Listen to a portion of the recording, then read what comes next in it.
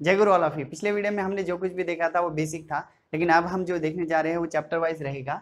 हमने पिछले वीडियो में ये भी कहा था कि किस तरह से हमारी जो है चैप्टर वाइज हम पढ़ेंगे। पहले आहार, हमने आहार से हम आहार पाक तक जाएंगे, लेकिन उसके वास्ते भी हमने एक सीक्वेंस दिए थे, जैसे आहार हो गया, अग्नि हो गया, कोष्ठ हो गया, इस प्रकार की, और दूसरी एक सीक्वेंस थी। तो इस हिसाब से हमारा जो है अ, ये सीरीज चलेगी, ठीक है। तो पहला हमारा जो चैप्टर है वो आहार है ना। तो आयुर्वेद में इतना क्यों महत्व दिया गया है आहार के ऊपर कि आपको आहार ये इस तरह का खाना चाहिए, है ना, इस तरह का सेवन करना चाहिए ताकि आपके कि नहीं स्वास्थ्य को बनाए रखे, है ना। तो हम आयुर्वेद का मकसद ही क्या है ना, एम उसका क्या है कि स्वस्थ से स्वस्थ रक्षणम अतुरस्य विकार परशमनम। और दूसरा उन्होंने कहा कि जो स्वस्थ व्यक्ति है उसको हमारे हिसाब से स्वस्थ व्यक्ति वो है जो कि सम दोषा सम अग्नि च सम धातु मलक्रिया प्रसन्न आत्मा इंद्रिय वना स्वस्थ इत्यादि है। यानी कि उन्होंने कहा कि जिसके दोष, ये उन आचार्यों का कहने का मतलब क्या था कि जो आहार होता है वो इनडायरेक्टली आपके ऊपर कहाँ पर जाता है, दोष धातु और मल, इसके ऊपर जो उसका प्रभाव होता है, जिसकी वजह से। और उन्होंने क्या कहा था, दोष धातु मल मूलम ही शरीरम। तो इससे मिलकर के दोष धातु और मल, इनसे मिलकर के ही क्या बना गया है, हमारा शरीर बना गया, ऐसा उन्होंने कहा था। तो आहार जो है वो दोष धातु और मल, यहाँ पर एक नहीं अपना प्रभाव डाल करके क्या करता है, दोष धातु और मल इनको एक नहीं अपने प्राकृत अवस्था से विकृत में लेके जा सकता है। उस हिसाब से उन्होंने कहा कि आहार को आपको इस तरह सेवन करना चाहिए, क्योंकि हमारी जो चिकित्सा है वो कहते हैं गुणों पे है। तो गुण, आहार के अंदर कुछ ऐसे गुण रहेंगे जो कि आपके दोषों को क्या कर सकते हैं, विकृत कर सकते हैं ना, अपने प्राकृत अवस्था से विकृत की ओर ले जा सकते हैं। तो इस हिसाब से उन्होंने कहा कि जो दोष धातु मल है इनको विकृत होने से बचाने के लिए आपको आहार का जो है आपको समझना पड़ेगा कि आपको कैसा आहार खाना चाहिए, ऋतु के हिसाब से कहना कैसा खाना चाहिए, ताकि आपके एक स्वस्थ से स्वस्थ रक्षणम अतुरस्य विकार परशमनम।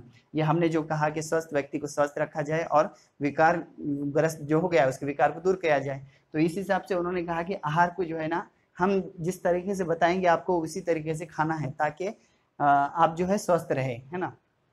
कि आपके दोष जो है वो सम अवस्था में हो, आपके अग्नि सम अवस्था में हो, और आपके धातु सम अवस्था में हो, मल आपके सम अवस्था में हो, है ना, उनके कार्य भी कि नहीं प्राकृत हो।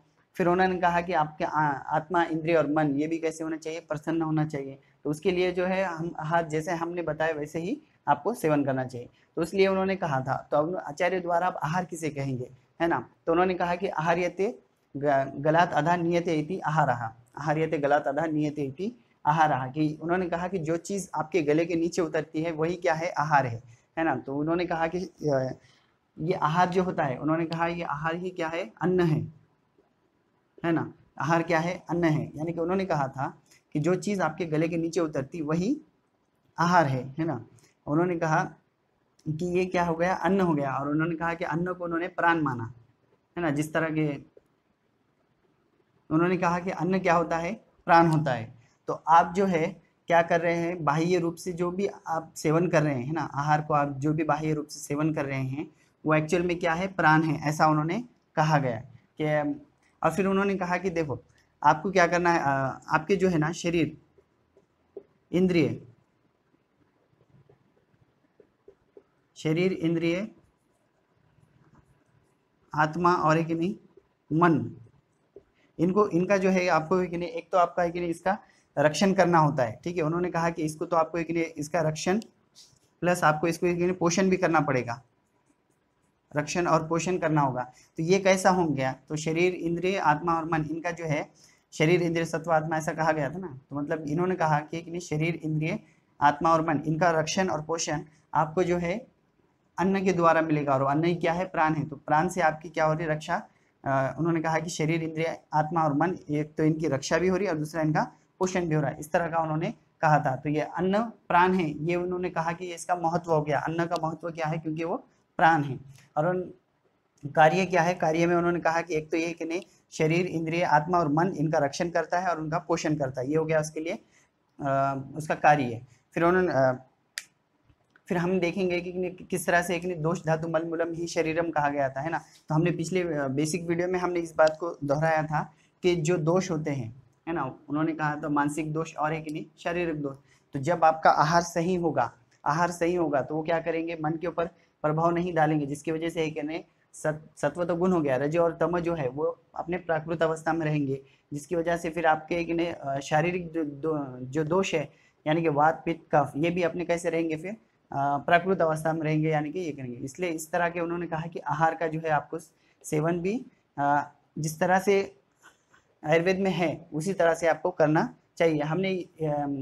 फिर हमने उसके देखा कि बहुत सारे लोग ऐसे होते हैं जिनको एक नहीं खाना सही से नहीं मिलता है ना, खाना मतलब एक नहीं वो लोग है कि नहीं ऐसे हो सकते हैं कि जो लोग उपवास करते हैं, फास्ट वगैरह रखते हैं, तो उन्होंने कहा कि अगर से ऐसे लोग होंगे तो उनकी अग्नि क्या हो जाएगी, बहुत ज़्यादा प्रदीप हो जाएगी, जिसकी वजह से फिर होगा ये कि आपके जो दोष धातु और मल है इसके ऊपर है कि नहीं उसका प्रभाव पड़ेगा, और वहाँ पे कि नहीं इनको एक नहीं इनका क्षय देखने को मिलेगा, है ना, दोष धातु मल का एक नहीं क्षय देखने को मिलेगा जब आदमी जो है सबसे ज़्यादा उपवास करता है, ऐसा कहा गया है ना। उपवास करने से क्या होगा, यानी कि फास्ट, है ना, कोई आदमी अगर से फास्ट कर रहा तो उपवास कर रहा तो उसकी उन्होंने कहा कि जो अग्नि होती है ना, अग्नि क्या हो जाएंगी, सबसे ज़्यादा प्रदीप हो जाएंगी, जिसकी वजह से कि नहीं जो दोष है, धातु है और मल है, दोष धातु मल, इनके ऊपर है कि नहीं उसका प्रभाव देखने को मिलेगा, जिसकी वजह से ये है कि नहीं क्षय होना शुरू हो जाएंगे, है ना, क्षय होना शुरू हो जाएंगे। तो इस तरह से उन्होंने कहा कि फिर वो है कि नहीं विकृति की ओर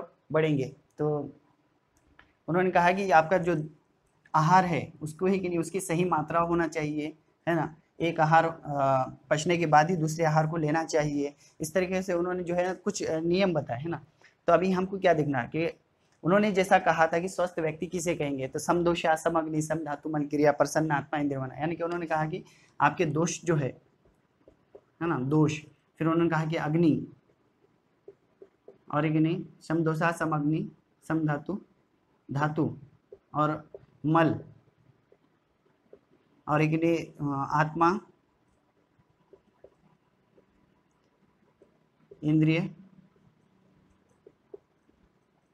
और मन, ये कैसे होने चाहिए, ये आत्मा इंद्रिय मन ये है कि नहीं प्रसन्न होना चाहिए। और इनका प्रसन्न कब हो सकता है कि जब आपके दोष जो है वो प्राकृत हो या सम अवस्था में हो, और अग्नि आपकी सम अवस्था में हो, धातु और मल जो है कि नहीं इनकी क्रिया जो है वो सम अवस्था में हो। तो इसके लिए उन्होंने कहा था कि आपका आहार जो है ये कि नहीं आपका आहार दोषों के ऊपर है कि नहीं प्रभाव डालता है, जिसकी वजह से ये। और दूसरी बात उन्होंने कहा कि ये आहार जो होता है अग्नि को जो है अग्नि का रक्षक होता है, ठीक है, अग्नि का रक्षक होता है। इसके लिए उन्होंने कहा कि जैसा बाह्य सृष्टि के अंदर अग्नि के लिए जो है ईंधन होता है, वैसा ही उन्होंने कहा कि आहार जो है वो अग्नि का क्या है, ईंधन है। ऐसा उन्होंने माना गया है कि अग्नि का जो है ये अग्नि का जो है ईंधन किसको माना गया, आहार को माना गया कि आहार क्या है, अग्नि का ईंधन है, अग्नि का जो है ईंधन है, ऐसा माना गया कि आहार ही जो है अग्नि का ईंधन है, जो कि एक अग्नि का रक्षण करता है। अगर से अग्नि का रक्षण होगा तो वो एक दोष धातु मल के ऊपर एक क्या करेंगे, प्रभाव नहीं डालेंगे, जिसकी वजह से दोष धातु और मल जो है उनका क्षय देखने को नहीं मिलेगा। तो इस हिसाब से उन्होंने कहा कि आहार जो है अग्नि का भी रक्षण करता है और स्वास्थ्य को बनाए रखने में भी मदद करता है, ये उन्होंने ऐसा कहा गया था। तब आप जब आपके दोष अग्नि और धातु मल ये कि नहीं अपने प्राकृत अवस्था में होंगे, तब आपकी आत्मा इंद्रिय मन कैसे होंगे, कहा प्रसन्न होंगे, है ना। तो इसके लिए उन्होंने ये कहा था। अब इसके लिए जो है उन्होंने कि नहीं ये कहा कि ये जो आप आहार की बात है ना, पूछने वालों ने ये भी पूछा कि आप ये बताओ, हाँ ये आप तो सही कह रहे हो कि आहार जो है कैसे होना चाहिए ताकि दोष धातु मल को जो है कि नहीं वो बनाए रखे, है ना, उनकी जो है साम्य अवस्था को बनाए रखे। लेकिन ये बताओ कि इसको हम लेंगे तो कैसे लेंगे, तो उन्होंने कहा कि देखो इसके लिए आपको एक नहीं आहार वर्गीकरण समझना बहुत ज़रूरी है। जब आप आहार वर्गीकरण समझोगे तब कि नहीं आपको समझेगा कि कौन सा आहार आपको कैसा लेना चाहिए, है ना। तो उन्होंने पहला पॉइंट उसमें ये कहा था कि आहार जो है उसको उन्होंने कि नहीं कुल जो है ना 7 पॉइंट उन्होंने बताए, जिसमें से उन्होंने पहला पॉइंट कहा कि एक नहीं स्वरूप के हिसाब से देखेंगे, है ना, आहार को हम जो है ना स्वरूप के हिसाब से देख रहे हैं। तो उन्होंने कहा कि इसमें ही कि नहीं आपको 2 देखने को मिलेगा, एक तो हो सकता है कि वो जो है कि नहीं सेंद्रियम हो, है ना, एक हो सकता है कि नहीं सेंद्रियम, यानी कि ये कहा गया कि नहीं सेंद्रियम, और एक हो सकता है निरेंद्रियम, यानी कि सेंद्रियम में कौन आ गया, तो जिसमें है कि नहीं चेतना धातु देखने को मिले, है ना, चेतना, सेंद्रियम सेंद्रियम चेतनम द्रव्यम ऐसा कहा गया था, सेंद्रियम चेतनम द्रव्यम, और एक नहीं निरेंद्रियम अचेतन ऐसा कहा गया, यानी कि नहीं ऐसे द्रव्य जिनके अंदर है कि नहीं चेतना देखने को नहीं मिलती, यहाँ पर एक नहीं ये अचेतन होते हैं। कुछ ऐसे द्रव्य रहेंगे यानी आहार के अंदर जो कि नहीं आपको एक जिसमें चेतना है, यानी कि अब इससे क्या मुराद है, यानी इन्होंने कहा कि जिसके अंदर जैसे कि बहुत सारे कि हमको प्राणियों से कि जैसे कि दूध हो गया, दही हो गया, है ना, घी हो गया, तो ये मिलता है, और फिर उनका मांस हो गया, तो ये कैसे आ रहे, चेतना वाले जो भी प्राणी वगैरह हो गए ना, तो वहाँ से आ रहे जिनमें चेतना होती है, आत्मा होती है। फिर अचेतन वाले क्या हो गए, जिनमें नहीं। अब इसके अंदर है कि नहीं दूसरे फल फूल भी आ गए, है ना। फल फूल भी इसमें इसी में रखा गया कि वो भी उन्होंने सेंद्रियम में रखा, कि जिसके अंदर स इंद्रियम यानी कि जिसके अंदर आत्मा होती है उसमें रखा। निरेंद्रियम में उन्होंने क्या कहा कि इसके अंदर जैसे कि पानी हो गया, साल्ट हो गया, है ना। साल्ट यानी कि मतलब सेंधो लवण ऐसा कहा गया था उन्हें, सेंधो लवण हो गया, है ना।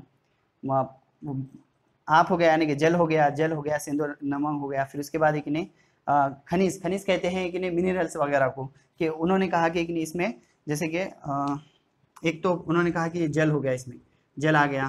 फिर उसके बाद है कि नहीं लवण आ गया, सेंधो लवण। फिर उसके बाद उन्होंने कहा कि इसमें कि नहीं खनिज,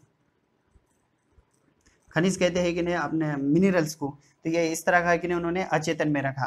तो उन्होंने कहा कि देखो जो स्वरूप के हिसाब से हम करें सेंद्रियम और निरेंद्रियम, तो उसमें इस तरह का होता है। हाँ, उसके बाद उन्होंने दूसरा पॉइंट रखा था कि नहीं उत्पत्ति के हिसाब से। दूसरा पॉइंट था कि नहीं उत्पत्ति के हिसाब से, तो उसमें उन्होंने पहला रखा है कि नहीं जांगम। ठीक है, पहला उन्होंने जांगम रखा। दूसरा उन्होंने है कि नहीं अवधित रखा। फिर उसके बाद उन्होंने तीसरा पॉइंट जो है जांगम, अवधित और एक पार्थिव रखा था। दूसरे उन्होंने जो उत्पत्ति के हिसाब से बात करें तो पहला पॉइंट में उन्होंने जांगम रखे, दूसरा अवधित और तीसरा एक पार्थिव। तो इसमें भी कैसा आ गएंगे, तो उन्होंने कहा कि देखो जो जांगम होते हैं वो एक प्राणी, जो भी प्राणियों से मिलता है, जैसे कि दूध दही हो गया, घी हो गया, है ना, और उनका मांस हो गया, तो ये सभी कि कैसे आ जा रहे, चेतना वाले में आ जा रहे, है ना। जो चेतना वाले यानी कि प्राणियों से रिलेटेड कहा गया, है ना, तो ये चेतना वाले में आ गए। फिर उन्होंने अवधित, अवधित में जो है ना वनस्पति को रखा। वनस्पति, वनस्पति से जो कुछ भी मिलेगा अपने को वो उन्होंने उसमें रखा। और पार्थिव में उन्होंने कहा कि यही जो कि हमने पहले पढ़ा था, जैसा कि जल हो गया, फिर उसके बाद लवण हो गया, है ना, और उसके बाद जो है कि खनिज हो गया।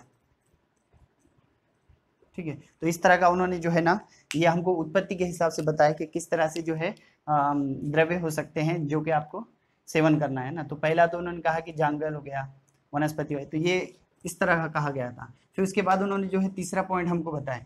ठीक है, उसके बाद हमको जो है ना तीसरा पॉइंट जो बताया वो है प्रभाव के हिसाब से। तीसरा पॉइंट जो था तो उन्होंने कहा कि प्रभाव के हिसाब से। ठीक है, अभी हम क्या देख रहे हैं, ये है कि नहीं हम आहार का जो है वर्गीकरण देख रहे हैं। आहार के वर्गीकरण में हम तीसरा पॉइंट देख रहे हैं। तो उसमें उन्होंने कहा था कि ऐसे हो सकते हैं कुछ द्रव्य जो कि है कि नहीं आपके हितकर हो सकते हैं ना, हितकर रहेंगे, और एक नहीं अहितकर रहेंगे, हितकर और अहितकर रहेंगे। तो हितकर के अंदर कौन से द्रव्य आएंगे जो कि नहीं आपके दोष धातु मल के नहीं बनाए रखेंगे, और अहितकर में कौन से आएंगे वो जो कि नहीं दोष धातु और मल को है कि नहीं क्या करेंगे, विकृत अवस्था की ओर लेके जाएंगे, है ना। तो उनके प्राकृत अवस्था में उनकी स्वस्थ बनाए नहीं रखेंगे। तो उन्होंने कहा कि प्रभाव के हिसाब में ऐसे दो होते हैं। फिर उन्होंने कहा कि कार्य के हिसाब से बात करें तो इसके बाद उन्होंने कहा कि कुछ द्रव्य ऐसे भी रहेंगे जो कि एक नहीं आप जिनका आप सेवन करेंगे तो वो आपको एक नहीं क्या कह सकते हैं। तो उन्होंने कहा कि नहीं चौथा जो पॉइंट दिए उन्होंने वो कार्य के हिसाब से दिए कि द्रव्य का आपने सेवन किया तो कार्य के हिसाब से उन्होंने कहा कि कुछ तो ऐसे द्रव्य रहेंगे जो कि नहीं शमन करेंगे, जो कि नहीं शमन, फिर कि नहीं कोपन करेंगे, या फिर ऐसा बोल सकते हैं आप नहीं सिंपली इसको प्रकोप करने वाले, है ना, शमन करने वाले, प्रकोप करने वाले, और एक हो सकते हैं कि नहीं स्वस्थ बनाए रखने वाले, है ना, स्वस्थ रक्षक भी कह सकते हैं इसको आप,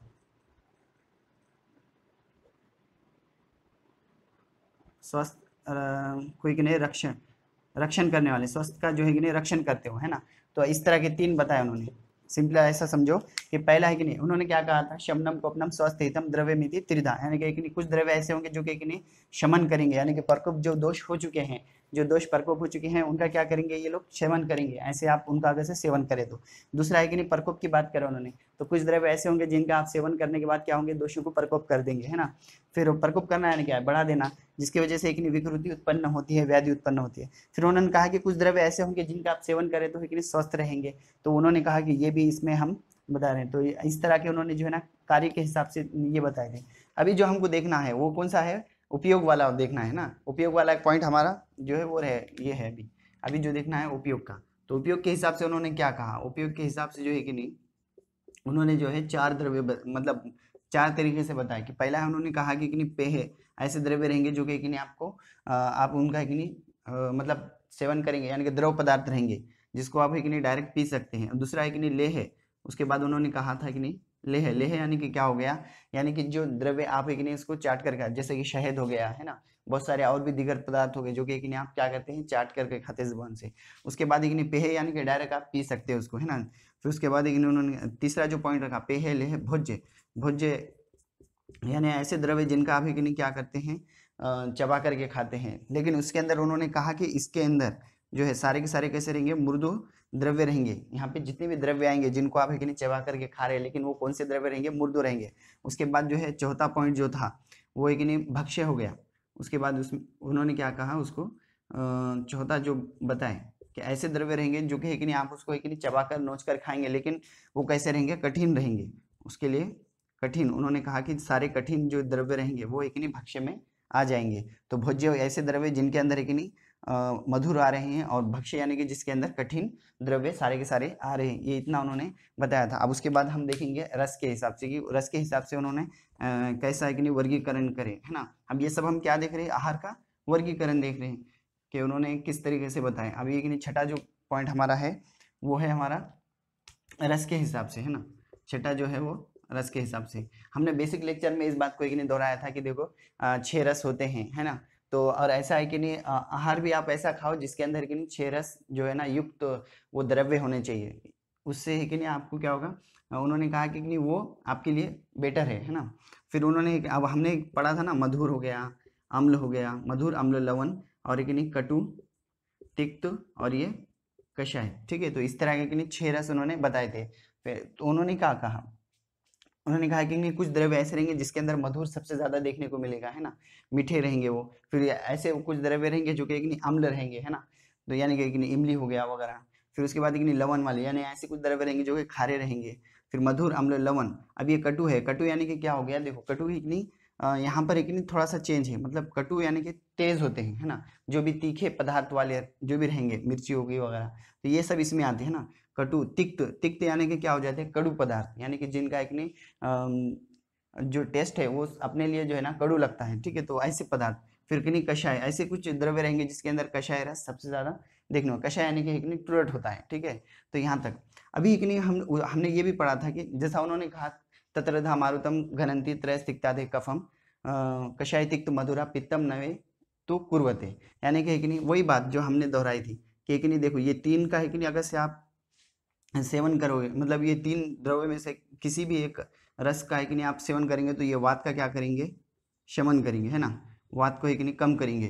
फिर ये बाद वाले जो है कि नहीं उन्होंने कहा था कि कफ को क्या करेंगे, कम करेंगे, ठीक है। तो इस तरह का तो ये इतना तो, और फिर उसके बाद है कि नहीं मधुर हो गया, तिक्त हो गया, और एक नहीं कषाय हो गया, ये क्या करेंगे, पित्त का शमन करेंगे, ठीक है। ये है कि नहीं पित्त का शमन कर रहे हैं। अब यहाँ पर बात समझने वाली क्या है, उन्होंने भी यही कहा कि देखो ततः मारुतम घनंती तरह तिक्तादे कफम पित्तम नये तो कुर्वते, यानी कि उन्होंने कहा कि ये जो तीन है जिससे कि नहीं वात का है कि नहीं क्या हो रहा है, शमन हो रहा है, तो ये कफ को क्या करेंगे, बढ़ाएंगे। और फिर एक नहीं ये कफ का जिस जो तीन रस जो है कफ का शमन कर रहे हैं तो ये वात को बढ़ाएंगे। और एक नहीं ये पित्त, पित्त का जो शमन कर रहे हैं उसके अपोजिट वाले, जैसे कि नहीं अम्ल हो गया, इसमें क्या हो गया, अम्ल हो गया, लवण हो गया, और एक नहीं ये तीन, ठीक है। तो ये तीन क्या करेंगे, अम्ल लवण और कटु, ये क्या करेंगे, पित्त का प्रकोप करेंगे, ठीक है। तो इस तरह का ये कहा गया था। तो ये हमने एक नहीं बेसिक लेक्चर में भी देखा था, अभी भी हम इस पे देख लिया थोड़ा सा। तो इस तरह के एक नहीं कुछ पदार्थ है, तो उन्होंने कहा कि एक नहीं आप ऐसे द्रव्य का सेवन करो जो कि एक नहीं 6 रस युक्त हो। और इनके बल के हिसाब से अगर से हमने बात करें, हमने इससे पहले कि नहीं बल के हिसाब से बात करी थी, तो हमने कहा था कि देखो सबसे ज़्यादा बल जो है मधुर में होता है, उसके बाद अम्ल, उसके बाद लवण, और फिर यहाँ पर थोड़ा सा चेंज आ गया था कि है कि नहीं, यहाँ पर है कि नहीं ये इस पोजीशन पे चला गया था, और ये यहाँ पर आ गया था, है ना, तिक्त इधर आ गया था, कटु इधर चला गया था, और कषाय अपनी ही जगह पे था, ठीक है।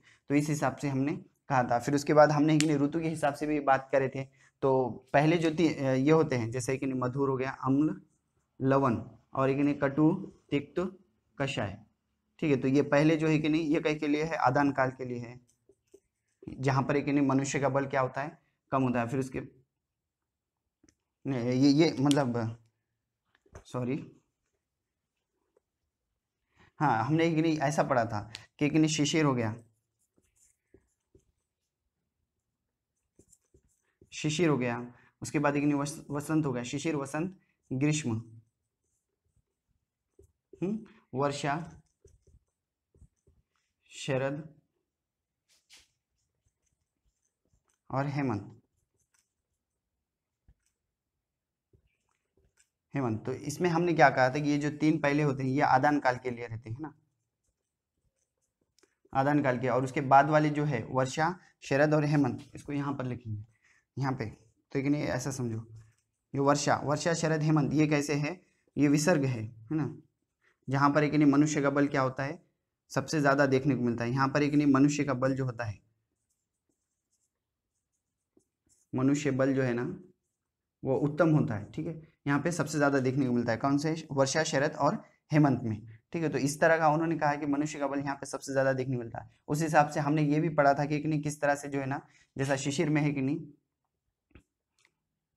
तो यहाँ पर एक नहीं यहाँ इसके हिसाब से जो है ना हमने ये पढ़ा था कि रस कैसे होते हैं ना, थोड़ा सा अच्छे से देखने ताकि समझ में आए। यानी कि एक नहीं वर्षा शरद हेमंत, यहाँ पर एक नहीं विसर्ग काल चलता है जिसके अंदर जो है ना मनुष्य का बल सबसे ज्यादा देखने को मिलता है। शिशिर वसंत ग्रीष्म, ठीक है। तो इसमें एक नहीं क्या हो जाता है, शिशिर वसंत ग्रीष्म में जो है ना आदान काल होता है, जो कि एक नहीं मनुष्य का बल कम होता है। तो इस हिसाब से जो है कि उन्होंने कहा था कि आपको जो है ना इस रस का एक नहीं सेवन करना चाहिए। इस तरह का उन्होंने कहा था कि ये इस तरह से आप है कि नहीं उनका सेवन करो, ताकि है कि नहीं आपको पता चले कि कौन से ऋतु के अंदर कौन सा रस खाने से है कि नहीं मनुष्य का बल बढ़ता है, ठीक है। तो यहाँ तक हमने देखा। उसके बाद है कि नहीं हम गुणों की बात करेंगे, गुणों की बात। तो एक नहीं गुण के अंदर एक नहीं उन्होंने कहा, जो सातवां पॉइंट हमने हमको बताया वो है गुण के हिसाब से, ठीक है। तो हमने गुण पहले भी इसमें देख लिए थे कि जैसा एक ने हमने कहा था गुरु मनहीन स्निग्ध सलक्षण सांद्र मृदो स्थिरा गुना सूक्ष्म विशदा विशंति सभी पर्याय, ऐसा हमने कहा था। तो इसके अंदर क्या था कि जो, और इसी को के लिए उन्होंने क्या कहे थे, शरीर गुण कहे थे, है ना। शरीर के ये गुण होते हैं, क्योंकि ये सारे के सारे गुण कहीं में देखने को मिलते हैं, शरीर में देखने को मिलते हैं। और शरीर को हमको ये गुण देना है तो हम क्या करेंगे, द्रव्य के हिसाब से देंगे ना, है ना, जो भी ये रहेंगे। तो उसमें कैसे उन्होंने कहा था कि नहीं पंच महाभूत से कि नहीं सब मिल करके बने, ऐसा उन्होंने कंसेप्ट दिया था। तो पंच महाभूत से बने यानी कि क्या हो गया कि देखो जिस द्रव्य में जिस महाभूत का है कि नहीं अधिक के सबसे ज्यादा देखने को मिलेगा, उस हिसाब से हम उसका है कि नहीं नामकरण करते हैं ना। तो अब इसमें है कि नहीं कितने हो जाएंगे फिर, पांच ऐसे ये हो जाएंगे, जैसे कि पार्थिव आप्य पार्थिव हो गया, आप्य हो गया, अग्नि हो गया, वायव्य हो गया, आकाशीय हो गया। तो इस तरह के कि नहीं पांच ऐसे क्या बन जाएंगे, वो द्रव्य बन जाएंगे, जिसमें है कि नहीं हर एक पंच महाभूत का जो है ना अधिक के सबसे ज्यादा देखने को मिलेगा। और उसके अंदर जो गुण रहेंगे वो सारे के सारे गुण कहाँ से है, यहीं के है, ठीक है। यही गुण है कि नहीं उस द्रव्य के अंदर देखने को मिलेंगे।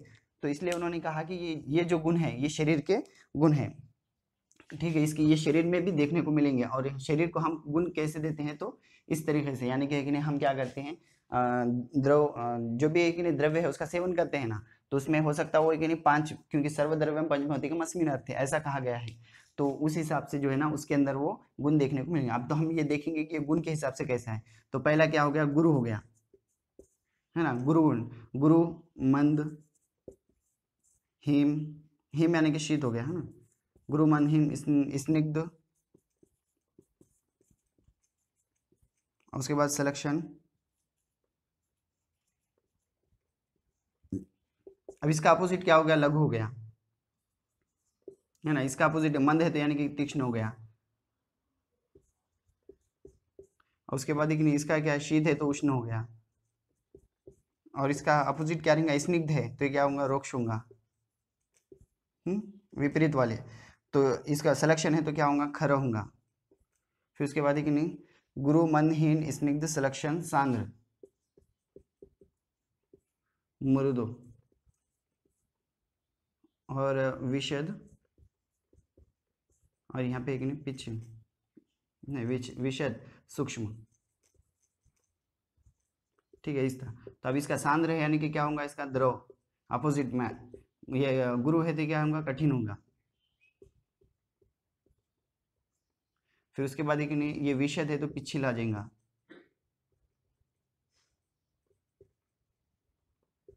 और फिर नहीं ये सूक्ष्म है तो क्या होगा, स्थूल। तो इस तरह का उन्होंने क्या किए कि ये हमको एक नहीं 10 ये गुरुवादी गुण कहते हैं ना इसको, हमने इससे पहले भी पढ़ा था, पीवी के लेक्चर में हमने इस बात को देखा था कि ये जो गुण है ये क्या है, गुरुवादी गुण है। उन्होंने कहा था जो गुरु गुण से स्टार्ट होते हैं उसलिए उसको एक नहीं गुरु गुण कहो, है ना। तो इसी को हमने क्या कहा, शरीर गुण भी कहा था, क्योंकि ये शरीर में पाए जाते हैं, है ना।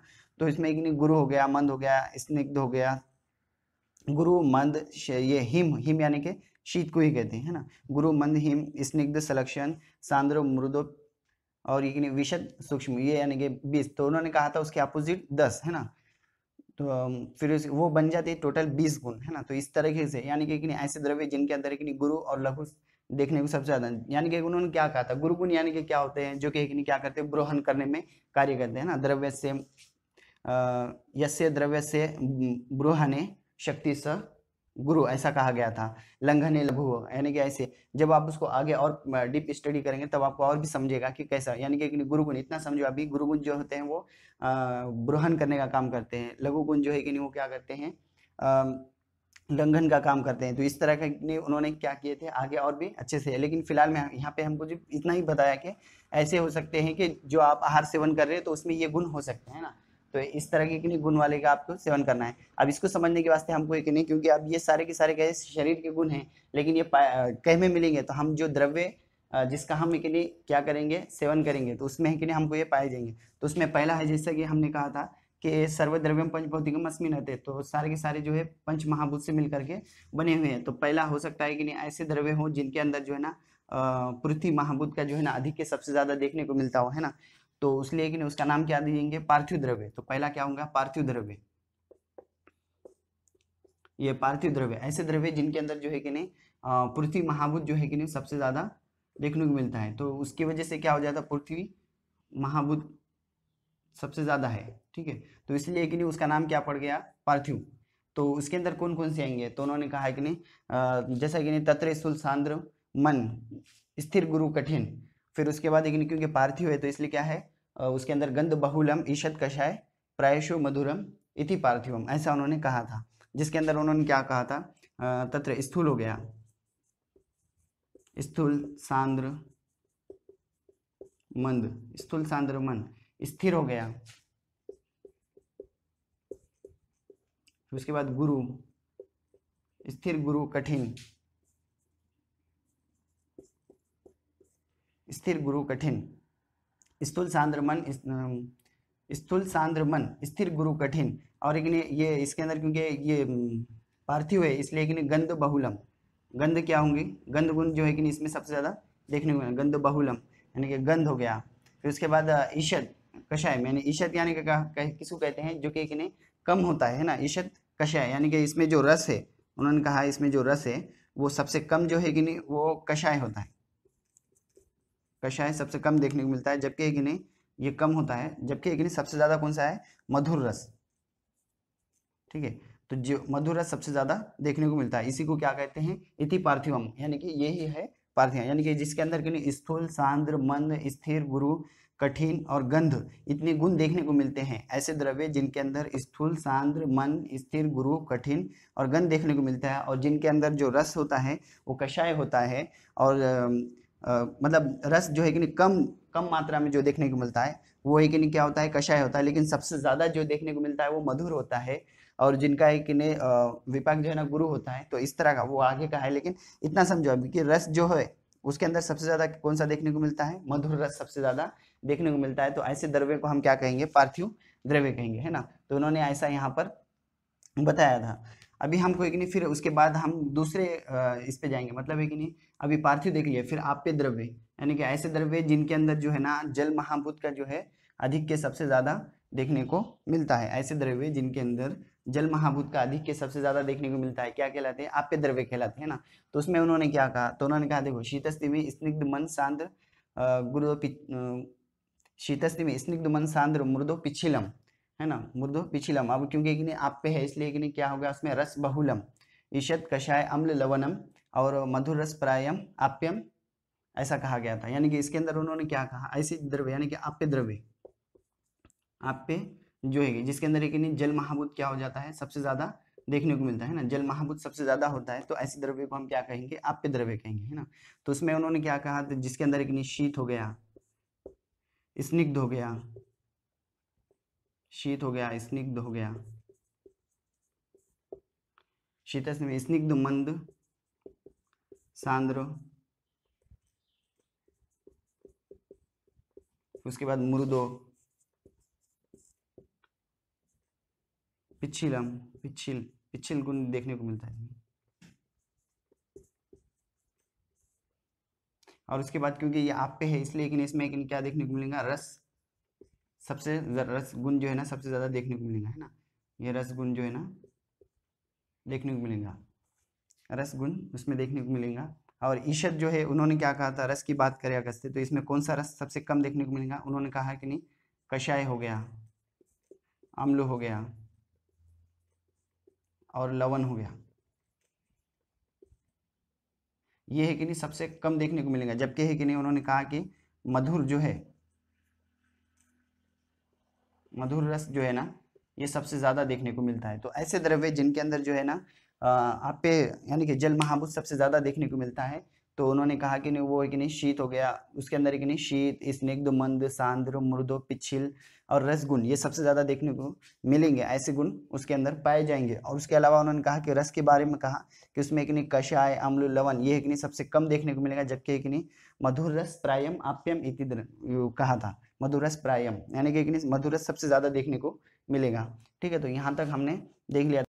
तो हमने जो देखा था, अभी हमको जो देखना था वो अग्नि जो है द्रव्य देखना था। तो ऐसे द्रव्य जिनके अंदर अग्नि महाभूत का जो है ना सबसे ज्यादा अधिक के देखने को मिलता है, तो ऐसे द्रव्य के अंदर कि नहीं वो कौन से होते हैं, उसमें गुण कौन से होते हैं। तो उन्होंने कहा कि देखो, आचार्यों ने कहा कि ये सारा जो है ना सुश्रुत आचार्य ने हमको बताया कि इस तरह से हमने जितना भी कुछ पढ़ा है ना, जैसे कि हमने अभी तक पार्थिव पढ़ा है ना, आप्य पढ़ा है, अब उसके बाद अग्नि देख रहे हैं। तो ये सारे के सारे जो है ना हमको सुश्रुत आचार्य ने बताए कि देखो इसके अंदर एक नहीं अग्नि द्रव्य यानी कि वो द्रव्य जिनके अंदर अग्नि महाभूत का अधिक के सबसे ज्यादा देखने को मिलता है। तो उसके अंदर के गुण कौन से होते हैं, तो मान लो एक द्रव्य है जिसका हम आप सेवन कर रहे हैं और उसके अंदर अग्नि द्रव्य सबसे ज्यादा है ऐसा हम कह रहे हैं, तो उसमें एक नहीं गुण कौन से होंगे, तो वो गुण पहचानने के लिए उन्होंने कहा कि उसमें एक तो एक नहीं कौन से गुण होंगे, वो एक नहीं उष्ण हो गया, तीक्ष्ण हो गया, सूक्ष्म हो गया, और फिर नहीं रोक्ष हो गया, लघु हो गया, खरा हो गया, विशद हो गया, रूप उसके अंदर सबसे ज्यादा, क्योंकि एक नहीं वो अग्नि द्रव्य है तो रूप गुण उसमें सबसे ज्यादा देखने को मिलेगा। फिर उन्होंने कहा कि रस की बात करें तो उन्होंने कहा कि अम्ल और लवण ये क्या है उसमें सबसे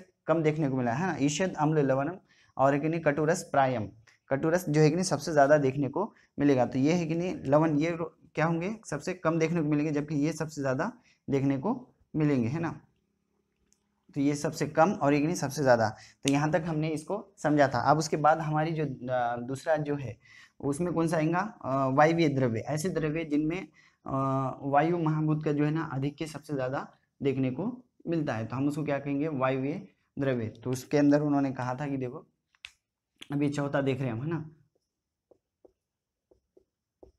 वायवीय जिसके अंदर है कि नहीं वायु का क्या है, वायु महाभूत का आधिक्य सबसे ज्यादा देखने को मिलता है। ऐसे द्रव्य जिनमें है कि नहीं वायु महाभूत का जो है ना आधिक्य सबसे ज्यादा देखने को मिलता है।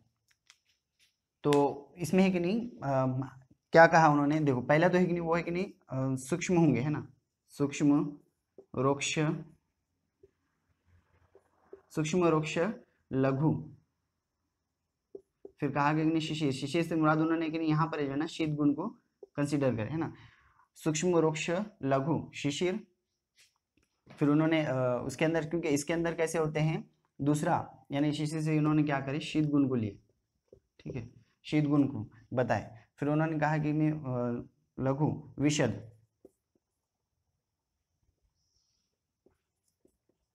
फिर इसके बाद क्योंकि ये वायवी है तो इसके अंदर क्या है स्पर्श बहुलम, यानी कि स्पर्श जो है कि नहीं गुण सबसे ज्यादा देखने को मिलेगा, जो कि नहीं सिर्फ और सिर्फ इसके अंदर देखने को मिलेगा, है ना, वायवीय द्रव्य में।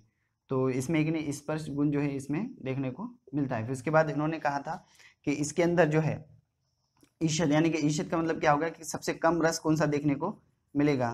तो उसके अंदर उन्होंने ही कि नहीं किसको रखा था, जो रस है, रस में उन्हें कि नहीं ईषद तिक्तम कहा कि तिक्त गुण जो है कि नहीं इसमें सबसे कम देखने को मिलेगा। और विशेषता है कि नहीं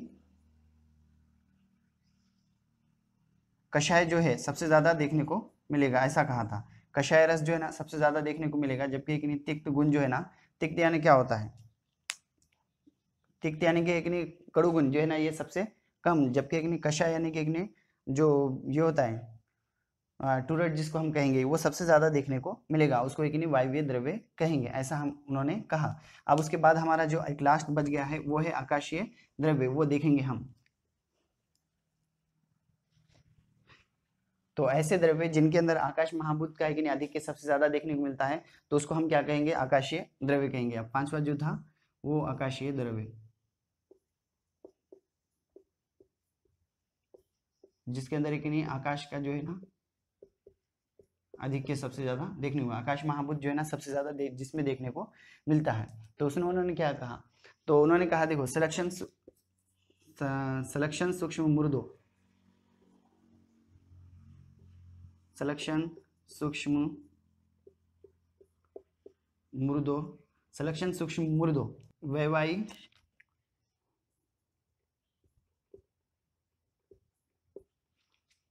वैवाई विशद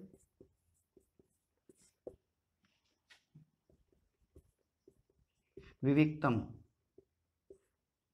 है ना। उन्होंने कहा था कि सिलेक्शन सूक्ष्म मुर्दो वैवाई विशद विविक्तम अव्यक्त रसम, इसमें एक उन्होंने रस की बात करें उन्होंने, तो इसमें उन्होंने कहा है कि नहीं अव्यक्त रस पाया जाता है, ठीक है, इसमें कोई ऐसा रस देखने को नहीं मिला, यानी कि अव्यक्त कहा उसको उन्होंने, अव्यक्त जो है रस अपने को देखने को मिलता है, ऐसा उन्होंने कहा कि इसमें कोई रस आपको देखने को नहीं मिलेगा।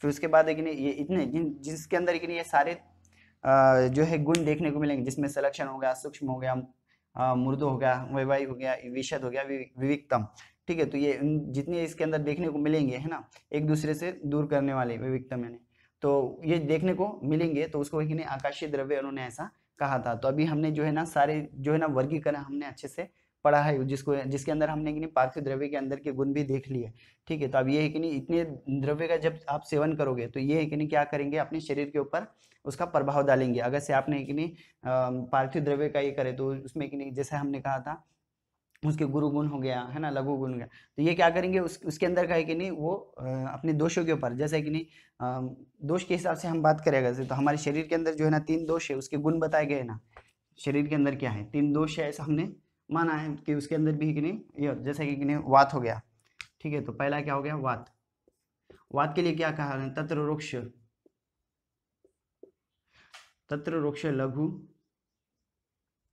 शीत, तत्र रुक्ष लघु शीत खर, और एक सूक्ष्म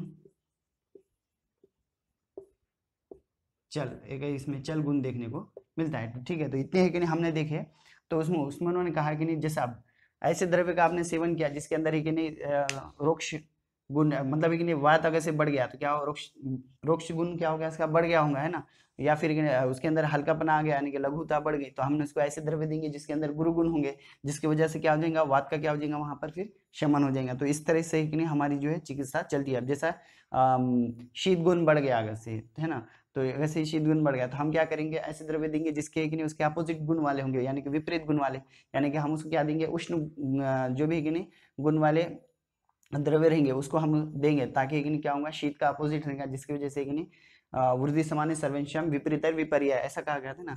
तो समान से समान की वृद्धि होती है और विपरीत से उसका क्या होगा, उसकी कमी देखने को यानी कि क्षय देखने को मिलेगा, है ना, ह्रास होगा, ऐसा कहा गया था। तो ये हो गया यहाँ पर। तो ऐसा है कि नहीं इस तरीके से हमारी चलती है, जैसा है कि नहीं पित्त के इसमें है पित्तम सस्ने तीक्ष्ण उष्ण लघु विस्ताम सर्वम द्रवम, तो यानी कि नहीं उष्ण गुण हो गया, तो हम कैसे देंगे, शीत गुण वाले है कि नहीं पदार्थ देंगे, जिसकी वजह से कि नहीं उष्ण का क्या होगा, मतलब कि अगर से पित्त बढ़ गया है तो वो कि नहीं कम हो जाएंगे, है ना।